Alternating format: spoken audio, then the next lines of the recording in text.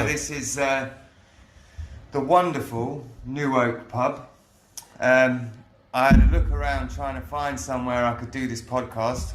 I rung Pat here. Pat was an absolute star.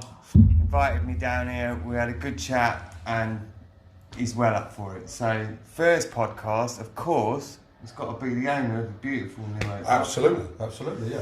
So how did you come about? Because I don't mean to be rude, but from what I've heard about this pub, it used to have a bit of a reputation. Used to have. Yeah, it was. I don't know if people remember back when the what was his name? Pub Spy was doing the rounds. It was one of these Argus sort of review things. Yeah. And he did a review. He did a review on several. I used to have the Preston Brewery tap down by Preston Park, and he did a review there. Yeah. And I think it was just slightly afterwards. He did a review up here, and you can still Google it. I mean, if you look at it was then the County Oak. So the County Oak Argus Pub Spy. It apparently was all true. Has it always been a football pub? Yeah. I mean, it's a bit of a weird one. Going back in the day, I'm from the other side of Brighton, so I'm from Bevan Dean, so I was always drink down the Lewis Road pubs, if you like. So I never really came over here. But it was always an estate pub. It was bought by the council in 1961 when the library was being built. They then took the existing pub over for the library, and then the pub was. And the library was run from the pub. Then it swapped round, and then the council took over the pub. So it's always been an estate pub. It's sort of turned into more of a football pub when the Snipe closed, which used to be down on the Carden Avenue. Right. And then when that closed, they didn't want them in one of the other pubs on the estate. I won't mention which one. So they all sort of migrated up to this one. Because you're in a away pub as well. We're in a away pub, yeah, because of the size of it, and we probably get about 500-600 people in there. So, and we looked at it, and it's. Whereas, I mean, you go back 20-30 years, it couldn't have happened. Yeah. Well, we'll do a little video on that. So we'll basically, next couple of times I'm in here, we'll get the camera, I'll get the mic set up, and we'll have a walk round and we'll show you how good it is, because you've got the bar that sort of wraps around in the sort of middle bit of the whole pub. You've got a bar that side, you've got a little snug area right in the middle, and then you've got a larger bar area this side. But we'll show you all that later. Yeah, it sets up well, because we can have a party at the other end, or you can have people up the other end eating, and then you could be down this end, and you could have. You know, we've now been doing the away pub probably about 5 years, because we are, as the crow flies, nearest to the Amex. So we was affiliated by the police, and obviously told we can't have any Palace fans, which we wouldn't want anyway, let's be fair. But other than that, we'll get 5 coaches from Newcastle down every year. We had 2 from Everton. And are they well behaved? Absolutely. We had one incident where there was this 5 foot tall Norwich fan that decided he was a little bit of an angry little man, and as he was getting in the coach, or the minibus, sorry, he just, I don't even know what he shouted, it was in some weird sort of accent, and his mate went on to grab him by the collar, apologised to me, and chuck him in the back of the minivan. That's the only, touch wood, that's the only time we have ever had even an inkling. Oh, a Newcastle fan came in one day, young kid, a bit drunk, told him to put his shirt on. He again waffled something in Geordie. I said, well, if you don't put your shirt on, you're not having a beer. You know, I won't do the accent, but he went, really sorry, mate. Put your shirt back on, you've got a beer. So that was, so that was that. Oh, the fans are arriving. There we go. We've got a couple of people watching now. One of them, which we've already got a lot of respect for, because he's walked in a Brighton and Albion shirt, as it is. So this is the famous Jim. Yeah, he's been going. Me and Jim have already met, because they were doing a crossword out there. Oh yeah, they're not very good at it though. No, I said, go on, let's have a look then, and I thought, I got one. I thought, I fucking nailed this. And I gave it all smart ass, and I went, that one's Jigsaw. It wasn't. No. And it was Ripsaw. So I didn't even get it right. So I went smart ass, and I looked like a dickhead. But anyway, so we've already met. So put something on your podcast, but no swearing, Jim. They cut the swearing. We have to beat the swearing. No, we don't. So going back to what we were talking about then. So like I don't know anything. There's something else about you, isn't there? something else that's a little bit famous about you. That you've been interviewed before. Yeah. So why don't you tell us a little bit about that? It was either famously or infamously, I caught the Joel Veltman shirt at the Nottingham Forest away game, which at the time I thought was the best thing that could ever happen to me. And it was, funnily enough actually, while I remember it, Jim at the moment has bid on the Joel Veltman shirt, which has been auctioned for charity, 50% to Parkinson's, 50% to Down syndrome, which my grandson is Down syndrome. Well, give me all the details for social media details. Yeah, that's cool. Yeah, well, Jim's winning at the moment, £500. So which is a great amount. That's fantastic. But I don't want to win. I want more money. He wants more money. Yeah, absolutely. So he wants more money for it. But when does that end? Well, I'm thinking we'll probably end it. We'll give it another week. It's been up for about a week, maybe 2 weeks. So we'll give it a couple of weeks. We want to try. We want to get to near to the £1,000 mark if we can.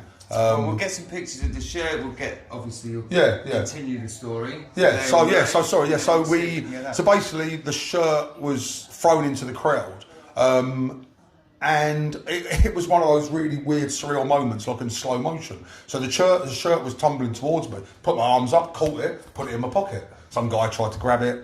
Obviously, he didn't get it. And I put it in my coat pocket. My friends had already gone, so I went into Nottingham to have a curry. I had a couple of beers. There's a curry shop in King's Cross that I always go to when I'm coming back from an away game. Yeah. So I went into there and sat down, put my phone on, looking through bits and pieces, and there was about 300 messages on which was then Twitter. And I thought Palestine had invaded Israel or something big had happened, because you don't often get that many tweets coming up. So I've got on there and there's just all these messages from the club, from all these fans. Joel needs his shirt back, it's got the GPS in it.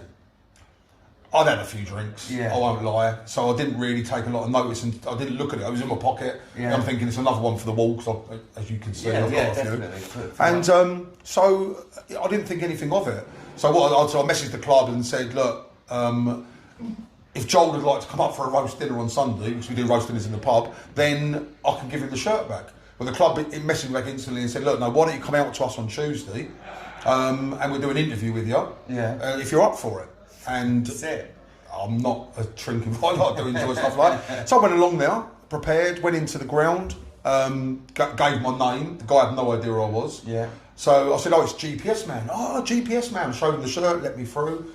And then had a great interview with Joel. So when he took, right, for people that don't know, the reason why you see when footballers now take their tops off, they've got this kind of the undershirt with the bra thing on, is right because it has a GPS on it, and then that basically tracks all their movements throughout the game so that they can work out which we found out later that if he hadn't lost it, it was again I'll go on to it later, but it would have cost him a nice few grand, a lot of money, because all of that data, which again I didn't know, all that data goes to Sky Sports, it goes to Opta, it goes to everywhere. That all right, Joel sort of runs up and down the right hand side a bit. I mean, he doesn't really run a lot, but even so, it's essential stuff. They're pretty essential to the training team and the management, because they know. Well, we know like how much area you're covering. But also, when they're playing other teams, they can say like, well, he covers a lot of area. Yeah, absolutely. And this player, he doesn't want. We've got, so we'll sub him on. We'll have him on because he's going to match that better. There's a lot of stuff. And even as far as FIFA, all of this stuff, it goes on to all of this stuff. It goes, to all of your stats, all of their cardio. It holds a massive amount. And you had it. I had it, which was absolutely no good to me. Did you even know at that point? Did you even check the shirt? No. You didn't even know? As I said, I'd had a couple of beers and I put it into in my coat pocket, and I went into Nottingham. I had a couple of drinks in Nottingham, got on the train. I probably looked at my phone. I don't know. I didn't even look at the shirt. Being honest with you, it's just a smelly shirt. So it was. I was happy to have it, but I wasn't going to sit there and look at it. It was just a shirt. And I was going to frame it, and I don't know, I didn't really think at the time. It made sense the way why the shirt came to me, that because it had this GPS, which was a little bit like a weight in there. Yeah. This is why it sort of came towards me so fast. Yeah. And I went like this and grabbed it, and yeah, and looking at it afterwards, that was obviously the reason why. At the time I'd looked at it, there was no lights and there was nothing going off on it. It would, So once you got to Brighton then and you did your little interview and you were now known as GPS man. But the kids were there, you know, like, and I know my son's son Freddie plays for the Amex and for England, and he's a really good player.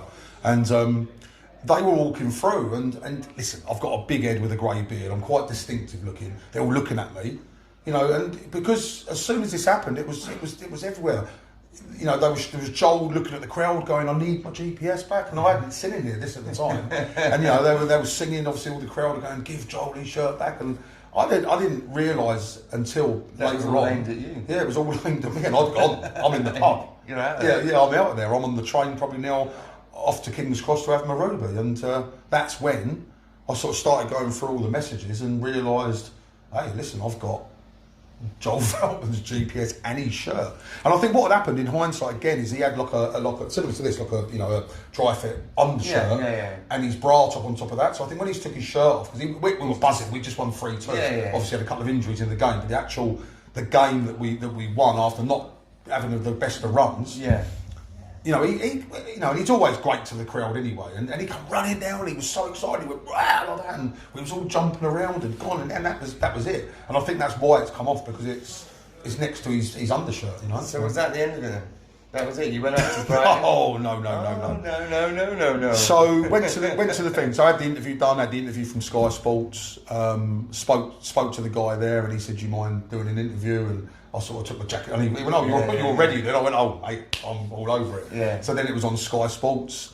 It was on half time. It was on before the game. I tend to get there quite late. Again, if we've got an away crowd in, I have to wait till they've all gone. Yeah. And it was on the big screen, and I've got my mates ringing me from all over. I mean, I lived in Spain 5 years, so I've got a lot of friends all over, and you know, they're ringing me. So, you own pubs in Spain as well? Have you always been? No, I was a kitchen fitter before that, but yeah, we've had pubs for about 12, 16, 14, 16 years now, something like that. But it's had pubs in Spain, it's not really like a pub over here. You have to sort of, it's more serious over, it's like a proper job. And then it just escalated. You know, we went to Athens, and of course my mates are fed up with it. Don't tell me you got fucking noticed in Athens. There's two things I remember about Athens, is that be careful what you wish for. The first 5 or 6 people that come up to you and say, "Oh, GPS man," you go, yeah. When it gets down to about the 60th person, and you're like, how does what? Just a quick point. Lewis Dunk, bless him, great, love him. All I saw of him was about 100 different poses, the same pose. Lewis in the middle with 2 random Brighton fans either side, walking around the Acropolis. I mean, he can't have seen anything because he must have got stopped every single minute. And it was just the same thing. I first realised I was on the train coming from Athens to the airport, Athens, and these guys were sitting in front of me, and you know when he's sitting there, he's got his phone, he kept looking up and looking at me, and I'm thinking, he's they're obviously English, and I'm thinking, well, it can't be. He doesn't recognise me from the thing. And I think that was the start of it, you know, and the last and then one... it just went on from there. The last one was on the plane as I was coming home, and it was... yes, I am. And so I just sat in my chair. So from the day you got... So you're in a different country. From the day you got there to the plane ride back, you were getting... Yeah, bear in mind they're Brighton fans. It wasn't just random Greek people saying, "Hey, GPS man." You know, it was... Did they want selfies and... Yeah, I had about 5 or 6 selfies, and it was just ridiculous, honestly. But then we thought, well, look, let's use this for a good thing. Joel obviously signed it. He gave me another shirt again, which he signed, which I've had both of them framed. But I had Mounted Memories, the best framers. We can't really see the Estepinian one, but I think we're going to do that another time. Well, we're going to go around. They're the best. There's no doubt about it. So why did you pick the 2 charities that you picked then for this to go? Parkinson's. I had a very good friend of mine called Phil, who a lot of old Brighton fans remember. He used to have one of the old 1970s.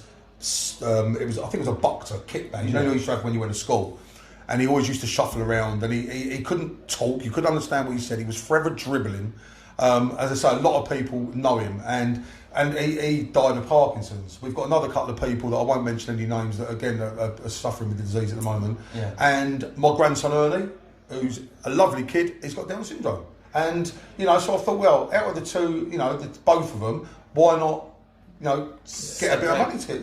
Yeah, absolutely. So that's why we decided separate it and send it to both charities. So we want to get as much as we can. Yeah, for that, definitely. Yeah, 100%. Well, man, look, I've really enjoyed talking to you, and I know that the guys listening on the other end are going to enjoy listening to you. Yeah, it's all. I think it's a great thing, and I think it's going to get bigger and bigger as it goes on. As we're here, and it's England tonight, and Dunkey's played the other night, and now he's. I think he's down as update. starting. That's what on the live score. Yeah. He's down as starting. So I think. What did you think about Brazil though? Did they put him in at left back, didn't they? No, they came in on the left hand side of the centre half. But you had the new young kid. He was I forgot whatever his name is. I can't remember his name now. But it was. It looked from the way that we play football, the way that our team's set up, it looked too slow moving. But this is the problem. And then when they attack in short bursts. Yeah, so the attacks in short bursts, and then Dunkey's always there. He gets the ball, he calms the ball down, and everyone else in Brighton follows his lead. Absolutely. Where in this defence he's like the new boy. Yeah, I think. And he didn't. For me, he didn't control it the way I see him controlling it. The goal that was given away. Listen, 9 times out of 10, that's dealt with by the midfield. I mean, it was just a header. It was. You can blame Dunk for the goal, but I think more than anything else, it was a snap header that got intercepted. I mean, Brazil had lost their last 3 games before that. Let's be fair, it's not the best Brazilian side we've ever seen. No. Nike did their best to ruin it by putting them in blue and putting us with a little weird cross St George on the back of it. No, which I just a cross. Cross, yeah. Well, most of them have turned their collar. No, that's a very, very. St George is the red with the white background. Red with the white background. I think it's a different setup. The problem we're going to have, and which we're always going to have, which I think a lot of people now realise, is that not only is Southgate ex-Palace, which says a lot, he's also boring and very defensively minded. And unfortunately, we've probably got, I think, one of the best squads we've had for a long, long time. And it's being held back by the way that we play. And I don't think that's going to change all the time that he's... I mean, there's going to be people out there that are going to be saying that, but he's got us further through competitions than anyone else. But where would a decent manager go? That is my conundrum, is that, yeah, he's right, but the players that we've had over the last few years have been good players, and we're now getting to a stage where, and against Italy, people saying, we scored too early. Why? No, we should have scored 3 more. Yeah, exactly that. And then, but as soon as you then... And could have very easily scored 3 more. I mean, let's face it, Italy did what all the sort of like mainland European teams do. They come out all guns blazing, then they realise they're going to get tanked, and then they throw themselves on the floor for 45. Yeah, well, yeah. Unfortunately, that's just part of football nowadays, isn't it? That's the way it goes. But I just think sometimes you'll have a ref that'll play to that, and sometimes you'll have a ref. The thing is, unfortunately, obviously England are playing, so you're not getting an English ref. So not 9 times out of 10 you're getting a South American or an Asian ref or whatever, and they're we see it every week. I mean, as soon as you the defender will come up and he'll feel that little bit of pressure, and he's gone over, and that's the end of it. Do you think referees somehow, in my mind, I don't know why, but especially with social media, and there's a lot of other stuff that's happening now, and literally they're on like views, clicks. It seems to me there's a few referees out there that love the whistle because they love the clicks. Yeah, but like they'll be a bit more sort of gallant, let's say, in their decisions because they know that they're going to get a load of... But the thing is, but you do still get good referees. I mean, I've been to games. I mean, I've gone to most of the home referees. I'm just saying that there seems to be more of them nowadays that are a bit more interested in how their hair looks before they go out on the pitch. Excuse me, I had to rush down out of the bath. Mine's I'll tell you a little bit about this. Yeah, so I get that, and that's just the way of the world now. I mean, look, going back to the Veltman thing, that wouldn't have happened 10 years ago. That would have just been the geezer's found a shirt, let's get it back off him, we'll fine him and ban him for a year for stealing the GPS, and that's it. And do you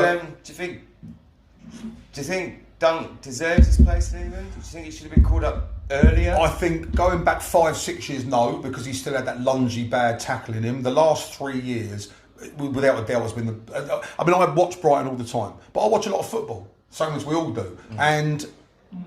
I've yet to see. It annoys me when, and again, I know we always blame Maguire, but Maguire, even when he wasn't playing for United, he's the first one in there. John Stone's a great player, but you know, from an age point of view, he's knocking on a bit as well. If you're good enough, same as a young player. I get the Maguire thing now. I get stick for this all the time, but I get the Maguire thing because sometimes there is better players out there, and they make less mistakes because.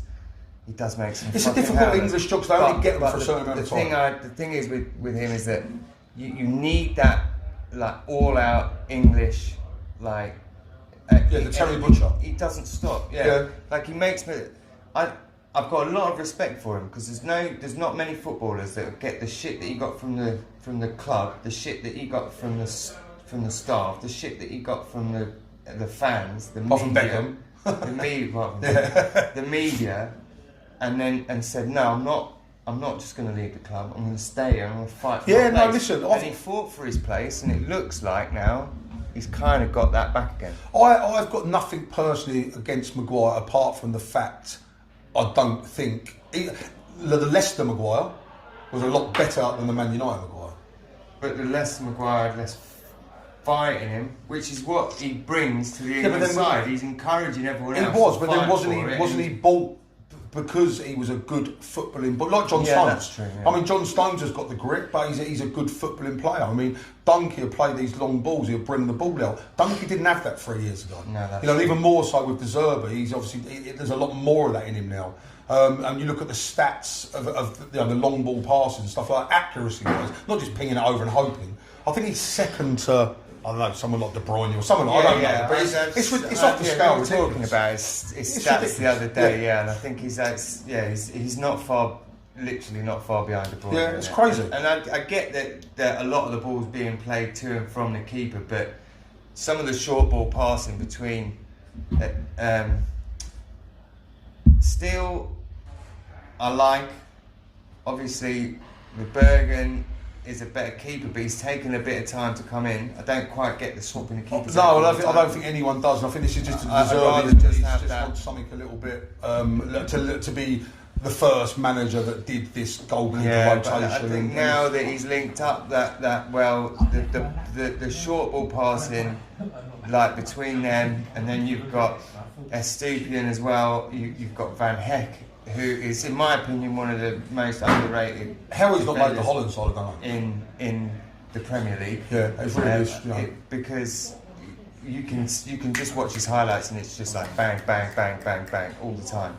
And I think that they've got that, and that's what I mean about the pace of the ball being played at the back, playing out. It doesn't suit him in England. So as much as I want him to be a fucking superstar, I just can't see it.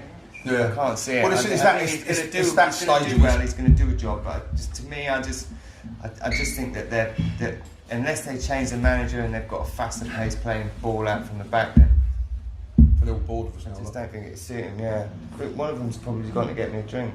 Oh no, I'm leaving. Oh, Jim was getting a drink. Oh, you bored now? Jim's going home. Oh, we've got to interview him first. I think, yeah. Oh. I think we're going to... North Stand, massive Jim, he is. Still stands in the North Stand. Oh, he's a North Stand. He's a famous North Stander, Jim is. You're a famous North Stander, Jim. That's it. Might say a word. Because his hips fucked and he can't sit down. Oh, that's all it is. He wants another beer, that's what it is. There's no staff in this. That's it. Well, man, look, I've enjoyed talking to you, and there's going to be a load more. Well, hopefully we get a bit of a crowd in here, but we're definitely going to do some more of these. We're definitely going to chat to some more people. The flaky kids. Lola. Once you get them in here, though, you won't get rid of them. That's the thing. Oh, you've got Joe O'Neill, Tyler Ransom, and it was Connor Gill. So the group, say the group of three that you said were going to come here. Yeah, that's like, fucked off. Yeah, so this is what you get. But it's sort of careful what you wish for. Jim knows them. Once you get them, then it's like you won't get a lot of airtime for anyone else. But they're knowledgeable. They've supported. Good. It's good because they supported Brighton since they were little kids, which is not that many. Bear in mind they're like 21. So they're not like they've gone through some of the bad times with Brighton as well. Yeah, So I love it. My kids are, and they play the football team. They play for Plumpton. It's closest to where I live. So they're not a bad team. They're not a bad little team. Yeah, it's all good. But yeah, most of his mates. It's what you see now. I remember picking up a ticket from the Amex when it first opened, and someone asked me a question then. I think it was ITV or TVS, whatever it was, and it still stands true now that you see now the kids wearing the Brighton shirts. Yeah. You don't see them. You do see them with the Man United and the Liverpools and all that sort of stuff. But it's got to be 85% of the kids now from Brighton are Brighton fans. Yeah, definitely. And it's and I know success breeds that as well, but who cares? I grew up in the 80s and 90s, and I grew up in the Midlands. So it was my granddad was West Brom, my dad's West Brom. It's all my mates, Liverpool, Leeds, and Man United. But all of my friends, they were all at the time. It was Man United, Blackburn, Liverpool. That's it. And that's. And you do get that because you want to watch your team on TV. I mean, it's that's just the way of the world. But it's now our turn, and that's what I like is that now you're seeing the kids wanting to support Brighton. They're not made to support Brighton. I mean, my grandson lives in Essex. Yeah. I have sort of made him support Brighton because my son lives up there. He's a Brighton fan. I'm a Brighton fan, and he's been to Old Trafford. He's been to he's only 4. My youngest son's Man United because when he started sort of picking like what team he wanted to support, football and all that sort of stuff. He had my wife's family who were all Man United supporters, and then my stepdad who's a Man United supporter, and they were just all around him. He was only like but to be fair, this is the same with Artie. I always say